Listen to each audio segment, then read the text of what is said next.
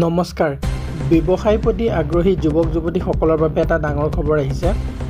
যিসকল যুৱক যুৱতীয়ে ব্যৱসায় কৰিব বিচাৰে তেওঁলোকৰ বাবে এটা মুখ্যমন্ত্ৰী হেমন্ত বিশ্ব শৰ্মাৰ ডাঙৰ ঘোষণা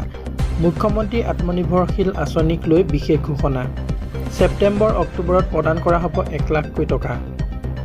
1,62,000 যুৱক যুৱতীয়ে ইতিমধ্যে পঞ্জীয়ন কৰিছে এই আঁচনিৰ বাবে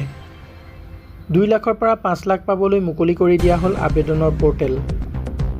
এমাহৰ ভিতৰত এই আবেদন পোৰ্টেলত কৰিব লাগিব আবেদন ইয়াৰ পিছতে অনুষ্ঠিত হ'ব সাক্ষাৎকাৰ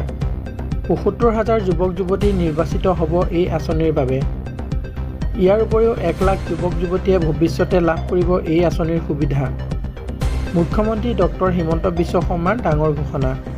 মুখ্যমন্ত্ৰী আত্মনিৰ্ভৰশীল আঁচনিক লৈ বিশেষ ঘোষণা ছেপ্টেম্বৰ অক্টোবৰত প্ৰদান কৰা হ'ব 1 লাখ টকা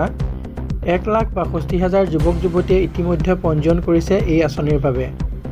2 লাখৰ পৰা 5 লাখ পাবলৈ মুকলি কৰি দিয়া হ'ল আবেদন পোৰ্টেল এমাহৰ ভিতৰত এই আবেদন পোৰ্টেলত কৰিব লাগিব আবেদন ইয়াৰ পিছতেই অনুষ্ঠিত হ'ব সাক্ষাৎকাৰ গতিকে আপোনালোকে অতি শীঘ্ৰে আবেদন কৰিব পোৰ্টেলত